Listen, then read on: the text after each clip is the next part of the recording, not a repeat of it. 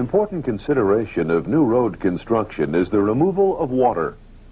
Ditches along the side of the road permit surface and underground water to collect and drain away from the roadbed, or intercept water from the surrounding area and carry it away.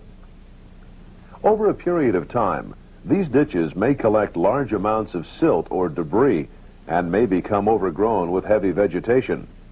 This interferes with the proper flow of water in the ditches and the culverts and drains that connect them.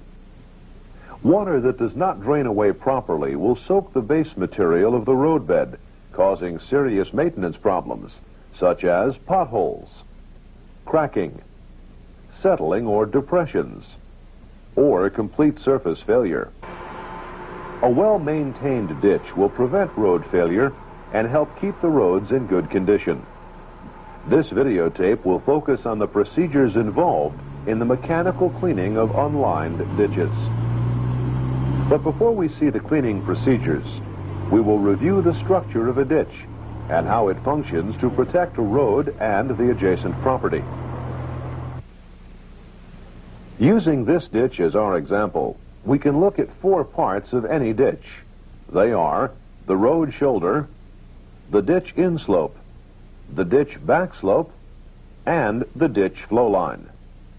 The road shoulder is the surface area beside the traffic lanes. The rain that falls onto the roadway surface runs down the shoulders. The ditch inslope provides the incline that keeps water moving away from the roadway shoulder. The ditch backslope is the opposite side of the inslope. That is, the side furthest away from the roadway. The backslope provides the incline, directing water from adjacent land to the bottom of the ditch. The bottom of the ditch is the ditch flow line. This flow line allows water deposited in the ditch to flow smoothly along the ditch to outlets and drains water away from the roadway. Now that we have defined the different parts of an unlined ditch and discussed their functions, we can explain the procedures for cleaning them mechanically. Mechanical ditch cleaning can be done with a machine shovel or a motor grader. The type of equipment used depends on the condition of the ditch and the availability of equipment. First, we can look at the conditions appropriate for motor grader ditch cleaning. To use the motor grader ditch cleaning procedures, the ground needs to be solid enough to support heavy equipment. The ditch inslope and backslope need to be gradual enough to allow the motor grader easy access, and the ditches should be long and not interrupted frequently by drain pipes or culverts. Ditch cleaning with the motor grader involves 8 steps. We will describe them in detail. These steps are planning the job, setting up traffic control devices, cleaning the ditch, cleaning adjacent culvert inlets and outlets and outfall ditches, properly disposing of unwanted material, cleanup of the job site, inspecting the finished job, and finally, removing equipment from the job site. Now we can look at each of the steps one at a time. Step 1 is planning the job. This should be done well in advance to make sure that when equipment and men arrive at the job site, the ditch can be cleaned correctly and efficiently. First, you need to make a thorough visual inspection of the site. As you inspect the site, check to see that the ground is firm enough to support heavy equipment as demonstrated here. Determine what the grade of the inslope and backslope should be, and check to see where any culverts, pipes, or outfall ditches are located. In making these decisions, it is important to consider the types and capability of your equipment. Cleaning procedures may vary according to these capabilities. The next decision in planning is to determine what to do with the waste material that will be cleaned out of the ditch. There are 2 ways to dispose of this material. The waste material can be spread out on the adjacent right-of-way beyond the backslope, or it can be brought out to the road or road shoulder for pickup and disposal. Here it has been determined that it will be necessary to remove the material for disposal. Once a determination has been made, crew and equipment can be arranged for and brought to the job site. There is more to planning than inspecting a job site. An additional part of the planning process is to explain to the crew what each of their jobs are. This involves discussing the job with the equipment operators and other workers so that everyone understands the procedures that will be followed. Let us move on to Step 2. Step 2 is setting up the appropriate traffic control devices on the road to alert traffic to the work area. The videotape traffic control during maintenance operations gives a detailed explanation of these procedures. In any case, be sure to follow your agency's work area safety guidelines. The signs and markers alert drivers that road maintenance is being performed, and they help prevent traffic from interfering with the job. Next is Step 3. This involves the actual cleaning of the ditch. The motor grader will take a preliminary pass to clear vegetation before the inslope cut can be made.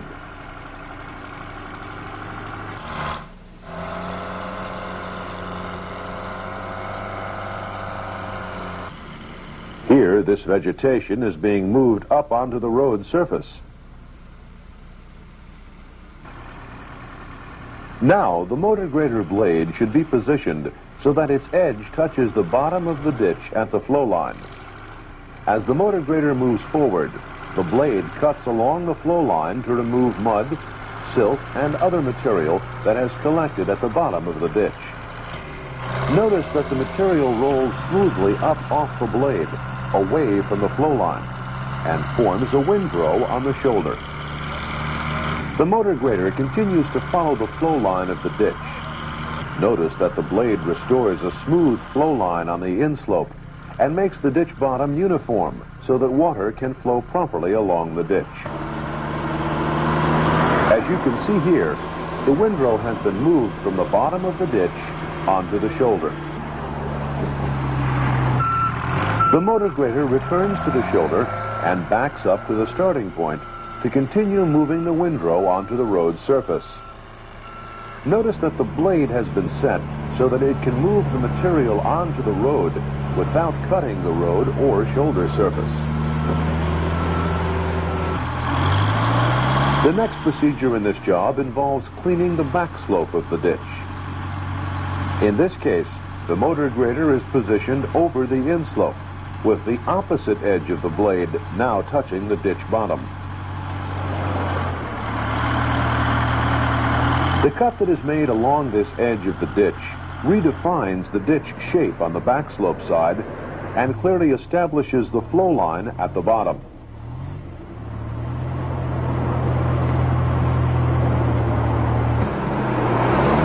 After cutting the back slope, the windrow will be moved up the inslope, shoulder, and then onto the road as before. Watch as the operator performs this part of the procedure.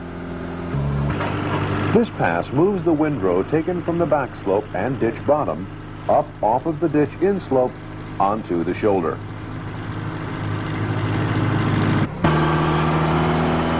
The material from the back slope is now brought from the shoulder onto the roadway and added to the windrow previously formed during the cleaning of the inslope.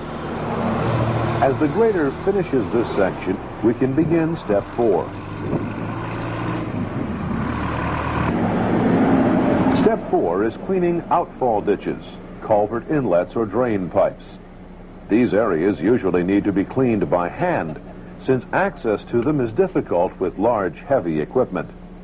This may involve cutting down heavy vegetation and plant growth, and then shoveling the buildup of silt, leaves, and other debris away from the ditch. Collected material may be placed with the other material for removal, or it may be spread out beyond the back slope if appropriate. If placed beyond the back slope, make sure the material will not wash back into the ditch. Be sure to clear outfall ditches that connect to the main ditch. The water in the main ditch is diverted into these ditches and drained further away from the roadway surface. This function is critical in providing good roadway drainage. In this case, the outfall ditch provides drainage away from the bridge. Clean outfall ditches as necessary to ensure they are clean and open.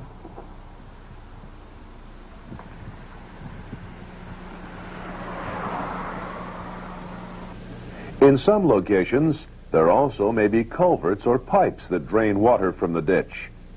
To clear all pipe openings sufficiently, care should be taken to maintain the proper contour and shape of the ditch at culvert inlets and outlets, and to maintain the proper flow path. For additional explanation on cleaning of these areas, refer to the videotape titled Cleaning of Lined Ditches, Culverts, and Catch Basins. At this point, we have collected all the material from the ditch and inlets and outlets in a windrow on the road surface. Step 5 now is to remove the material from the roadway. Traffic control procedures for this part of the job are important. They permit efficient loading and minimize interference from traffic. Again, always follow your agency's safety procedures. This procedure is an efficient loading method. It minimizes cumbersome maneuvering of the heavy equipment as well as the amount of time the truck is out on the road. Once the truck is loaded, the material that was collected from the ditch is taken to an approved location for disposal. This location should be well away from the road to prevent any debris from washing back onto the road or into a ditch. The next step, step 6, involves cleaning the job site. Again, traffic control procedures should be used to ensure the safety of the public and the road maintenance crew. Be sure the work site is clean. This is especially important when the material removed from the ditch is placed on the road during the job, as was done here. Small rocks, gravel, or other debris left on the road could cause a safety hazard to traffic if not removed. Here, sweeping of the road is being done mechanically. This type of cleanup may also be done by hand.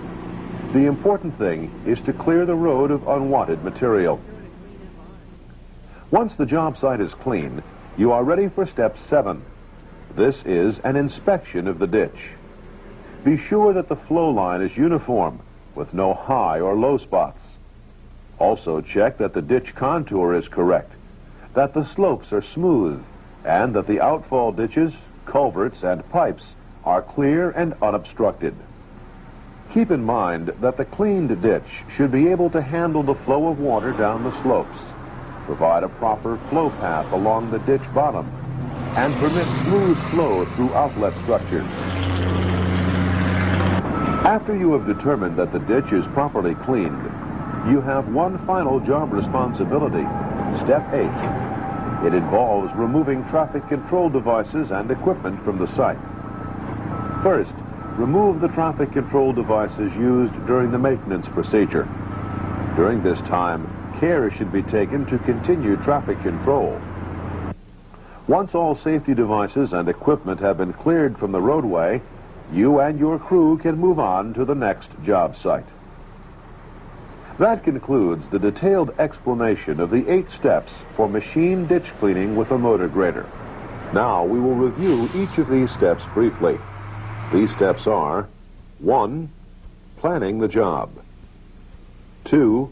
Setting up traffic control devices. 3. Cleaning the ditch. 4. Cleaning outfall ditches, culverts, and drain pipes. 5. Properly disposing of unwanted material. 6. Cleaning of the job site. 7. Inspecting the finished job. And 8. Removing equipment from the job site. Now is a good time to stop the videotape and discuss the procedures for cleaning unlined ditches. In the next segment, we will see another application of these procedures.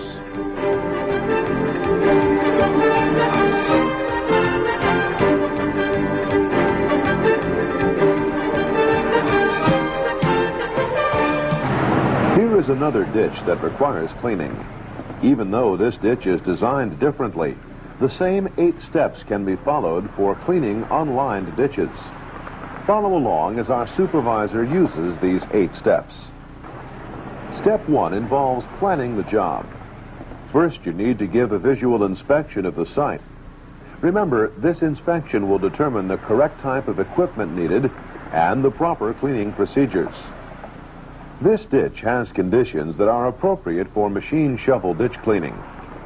There are several factors that go into making this decision. We can look at them one at a time. Shovel ditch cleaning should be used if any of the following conditions are apparent on the job site. If there is excessive water causing the slopes to be too soft to support heavy equipment, or when the inslope and backslope are too steep for easy access, or when the ditches are frequently interrupted by drain pipes or culverts. 2 of these conditions are apparent in this ditch. Next, plan the proper method of disposal of unwanted material after its removal from the ditch. Depending on the job condition, the waste material can be deposited beyond the backslope, or, as in our case, be loaded directly onto trucks for disposal. Step 2 involves setting up appropriate traffic control devices on the roadway to alert traffic of the work area. Step 3 involves the actual cleaning of the ditch. Note that the excavator is on firm ground and reaches down into the ditch to remove the unwanted material.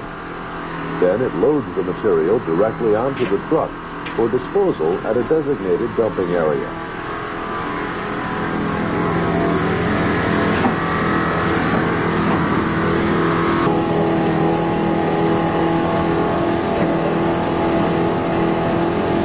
During cleaning, the excavator operator needs to take care in re-establishing the ditch flow line so water will flow smoothly down the cleaned ditch and through the rest of the drainage system.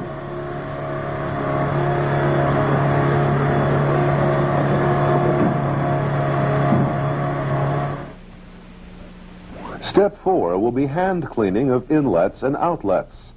Make sure that correct ditch contour and shape at the pipe inlet and outlet maintain the proper flow path as explained in the earlier part of this videotape.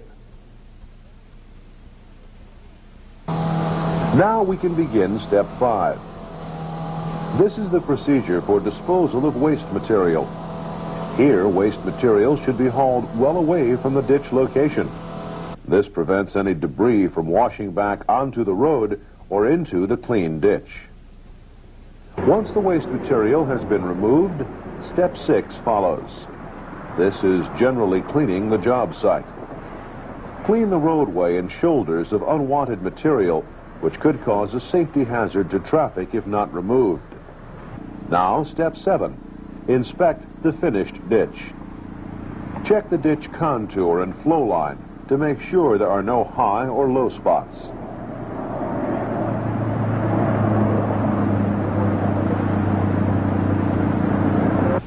The last step, step 8, is to remove any remaining traffic control devices and equipment from the site.